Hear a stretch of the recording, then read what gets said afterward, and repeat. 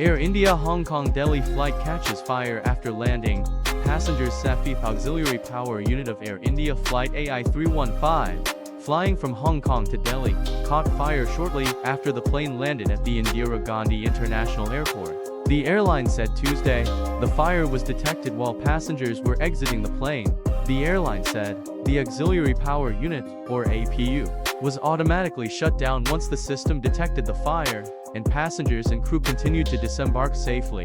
The airline also said Air India said there was some damage to the aircraft, a twin-jet Airbus A321, which has been grounded pending an investigation. The Director General of Civil Aviation has been notified. The Delhi incident is the latest worry for a domestic carrier that has received 9 notices in 6 months for 5 safety violations, Junior Aviation Minister Muralidhar Mohal told Parliament Monday. This is also the 3rd near miss for Air India in 48 hours.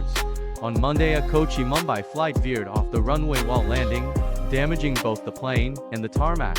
Pictures accessed by NDTV showed crumpling of the engine cover, and later in the day a Delhi-Kolkata flight aborted its takeoff at the last possible minute when the plane was traveling at 155 km per hour. The airline later said a technical issue had been detected during takeoff. Incidentally, there was a technical issue that affected a plane in the same sector last month too. Then it was a Boeing 787-8 Dreamliner, and the aircraft was forced to return to Hong Kong Airport. This was 3 days after the Air India Ahmedabad plane crash. But the biggest concern is still the Boeing 787-8 Dreamliner, flying as AI-171 from Ahmedabad to London that crashed 32 seconds after takeoff on June 12. There is no explanation yet for the crash. The crash, captured live on a phone camera, killed 274 people, including 19 on the ground, after the plane lost thrust mid-air and hit a college hostel. Only 1 person on the plane survived. A preliminary report by the Aircraft Accident Investigation Bureau indicated both fuel supply switches had moved from the run to cutoff position seconds after the plane took off.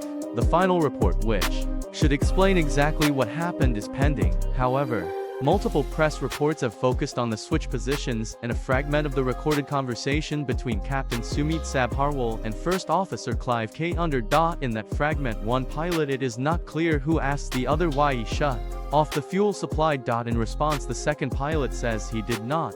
American publication The Wall Street Journal has claimed the recording indicates the pilot, Captain Sabharwal, deliberately switched off the fuel supply.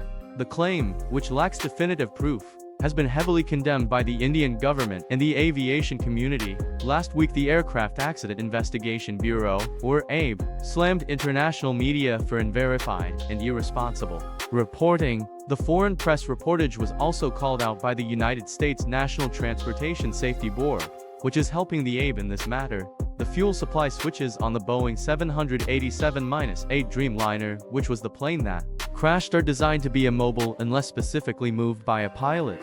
That is, they are spring-loaded and have to be lifted up and slotted into position.